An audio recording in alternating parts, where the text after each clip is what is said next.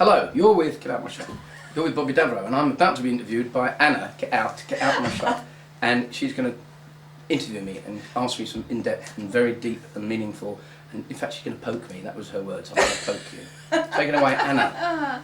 Hello, Bobby, and thanks for joining us today. And am I allowed to be in your shot? Am I in your shot? Am I in a shot? A nice bit of leg there. One of the perks of being with me today is that I have some nibbles with me. Really? I have some nuts with me. Really? Yeah, so what do I nibble? You nibble my nuts. And what have you got? Well, how about you share your nuts with me and I give you a nibble? I like that. I love nipples. I said nipples. I said nipples. Nibbles. Honestly, for all you dirty-minded people out there, Bobby did in fact say nibbles. Yes, nibbles. Absolutely. Why do squirrels swim on their backs? Why do squirrels swim on their backs? Go on, tell us. To keep their nuts dry. There you go. Ta-da. Talking of all things comedic, Bobby, this tour that you're doing at the moment is Up Close and Personal Tour. Tell us about that. How many dates and venues? How many? Let me see. I started in Portsmouth, then I go to Coventry, then Reading, and then I stop. 3 days! So 3 days. It's actually Up Close and Personal. God, you work so hard. I do work hard. Yeah, you do. Actually, that was just a title given to a run of 3 or 4 shows that we're doing for casinos. Right, okay. And how did that come about? It came about because my agent got me the gigs. But I'm always gigging, I'm always doing stand-up shows and music shows. I am writing a pantomime at the moment called Peter Pan. Right. And it's taking up my whole week. So what I do is I get up in the morning, 10 o'clock. 10 o'clock? 10 o'clock. Great. I have a cup of tea, a cup of coffee, brush my teeth, and I go in and I tip, tip, tip, tap, tap, with 2 fingers because I'm not very good at typing.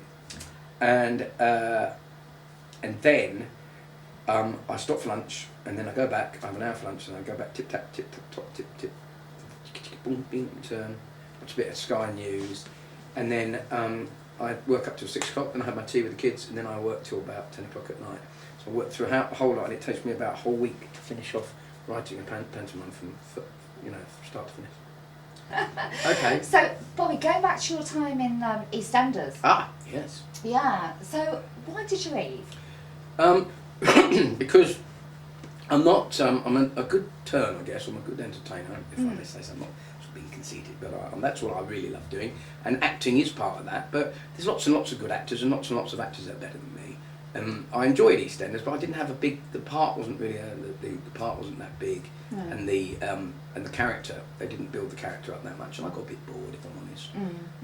I was used to being hands-on, full-on, and it was too much hanging around and waiting about, and I needed to go off and do other things, and it was a mutual thing, and I miss it still, because I loved being an actor, and I would do more, and if they called me up, tomorrow, and they'd say, would you come in and do a few episodes, of course I would. I'd love that, but it didn't, sometimes it just, the characters don't work out, and my heart and soul wasn't really into it. I enjoyed telling jokes too much. I was going to say, do you prefer the stand-up comedic side to anything else? That's where you feel at home, that's where you feel most comfortable. That is where I feel most comfortable, on a stage, entertaining people live, and that is my strength.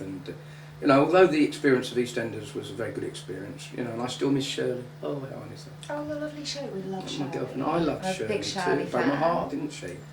But I didn't get killed off, so there's always a chance they might phone me up and go, "Want to come back?" Yes, they've Revisit left the door Shirley. open. Absolutely, they have. Yes. Yeah, definitely, which is fantastic. So we're all voting for Bobby to come back to EastEnders. Definitely. Well, it's not a show about voting, right? That was Dancing on Ice, which I did, of course. Yeah. See, a nice link. That was a good link. Isn't that a good link? Isn't she that didn't really do it, but I liked it. It was a natural. No, excuse me. I'm taking the credit for that one. I told him before we came up here.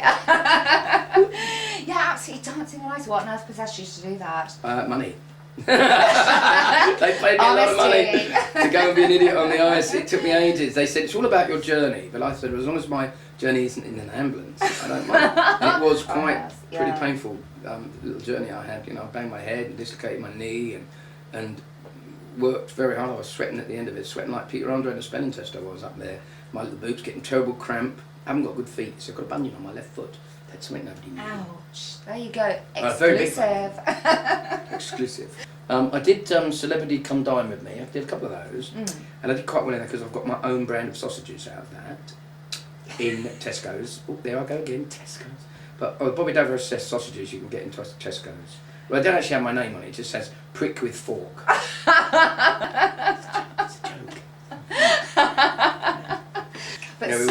laugh, eh? That's what it's all about. It is, absolutely. Laughter is the best medicine. And Unless you're diabetic, then insulin is the best. Right. But talking about positivity, Bobby. Positivity. Everything Obviously, must be you know, positive. that's a big thing in your life at the moment. Yes, Yeah. I went to a school for positive people, and I knew it was a positive school because the class was always half full. Right. Okay. Yeah. Whereas some people that were very negative, they went to a school where the class was half empty. It was the same school, just a different perspective. It's quite deep, isn't it? But yes, I'm a very That's positive so person deep. now. Goodness me, that's far too deep for this interview, Bobby. Please. No, don't. no, it's good. You're doing very well so far. You know? But managed to get a single word in, which is the norm. But come on. Now, so yes, I'm a positive person. We've established that. I am Mr. Positive. Okay, so I know that you said after you went through sort of a bit of a rough period in your life, that you turned to your friend Paul McKenna, who really was a huge influence in helping you become more positive in your thinking. Paul certainly did. Paul was very, very responsible for that. Paul McKenna, the famous hypnotist, stroke guru of positivity, and a guy called Kevin Lay, who also helped me, a friend of his, and they got me out of the depths of depression that I unfortunately went through due to my divorce, which was a terrible thing. It was a terrible. I'll just quickly, I don't like to sort of concentrate on my divorce, but it was a terrible episode when one day I came into the bedroom and there was my wife with my best friend in bed together, and of course you go mad. So I went downstairs to the garage and got a hammer and I battered his brains in. And you know what? My ex-wife just sat there and said, "If you carry on like that, you're not going to have any friends left."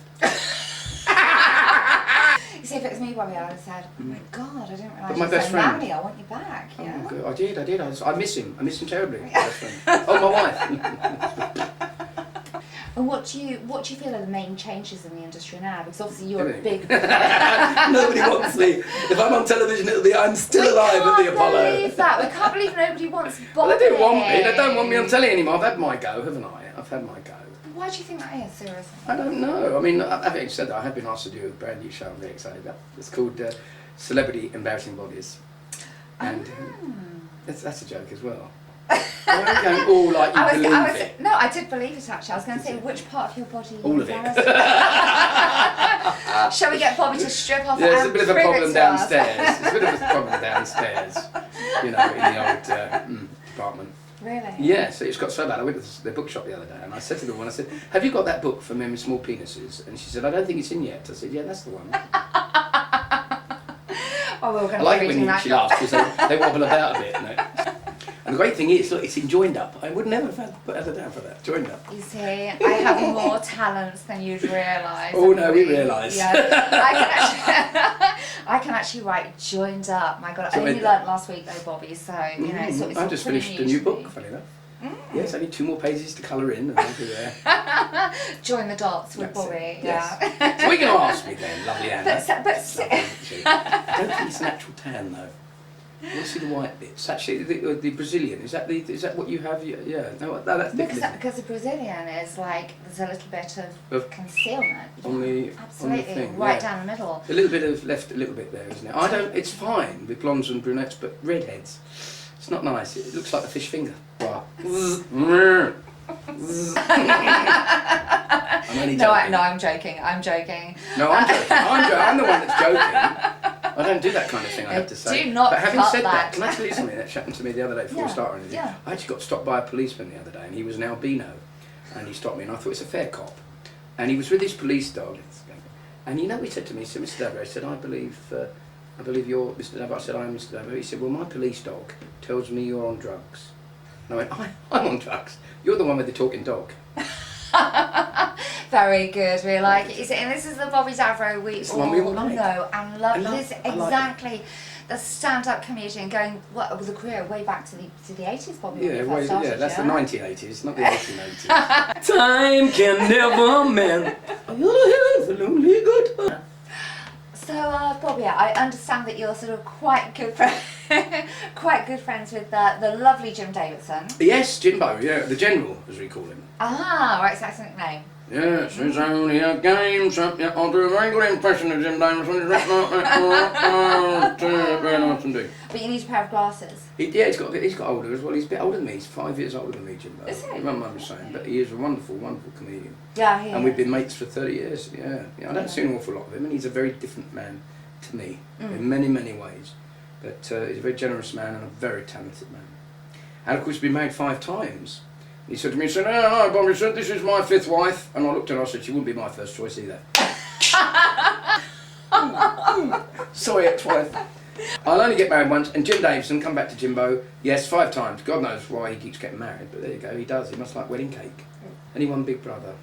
Yes, I know. And I What was did you so think pleased. about I thought it was watching wonderful. it? I'm so glad he won. Yeah. Because I always find it boring, you know. I think they should stick a serial killer in. That'd be really good. I'd watch it then. Rosemary West. Makes sense, yeah, Rosemary West.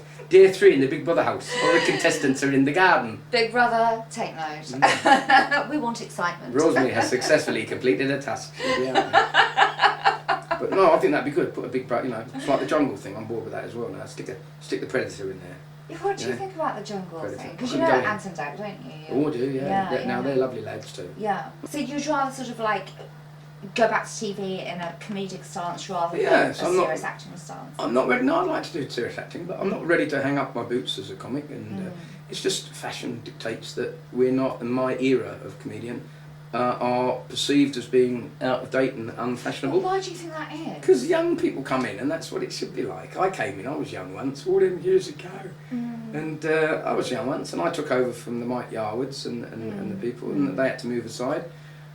And then I had a good 10 years at the top, and I was very grateful. And then new people come in, and that's the way it is, and that's the way it should be. But I'm still hungry, and it's like music, isn't it? It's music was fashionable in the 70s, 80s, that isn't fashionable now. But sometimes it goes full circle. So I'm always hoping that I'll get a phone call to say, "Bobsy, come along and be part of this comedy show, or be part of entertainment shows." And I haven't given up the hope that is what will happen. No, I think hope is a good thing. It's what keeps you motivated, keeps you going. You've got to have that, absolutely. You must do. What about you and Jimbo? A comedy show for you and Jimbo? Well, you might be seeing something. It comes from Jim's side. I think he's getting involved in something with Channel 5 that might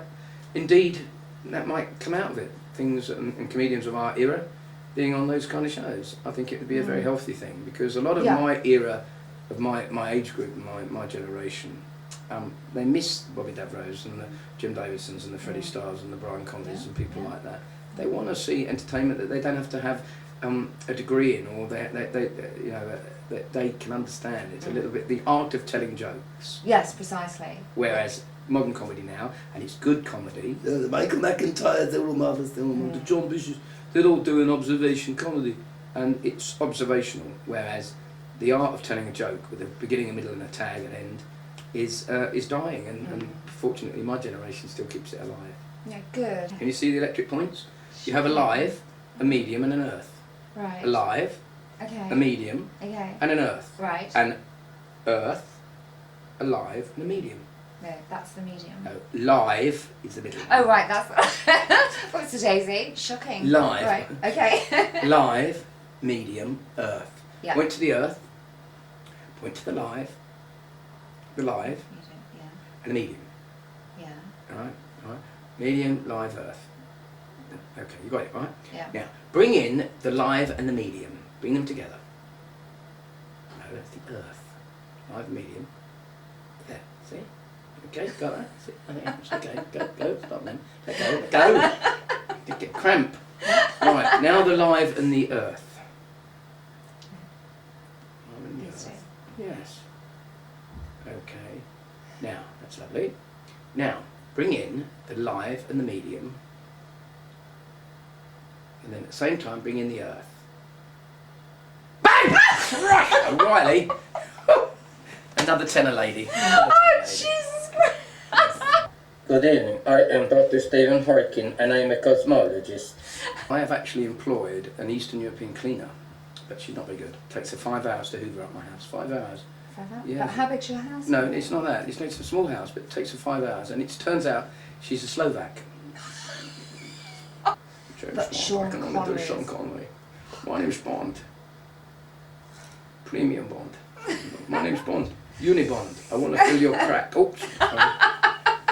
It's not crack, it's click. Are you focused on me? Click. Hello? Yeah, I was rubbish. I'm shit. I was useless at it.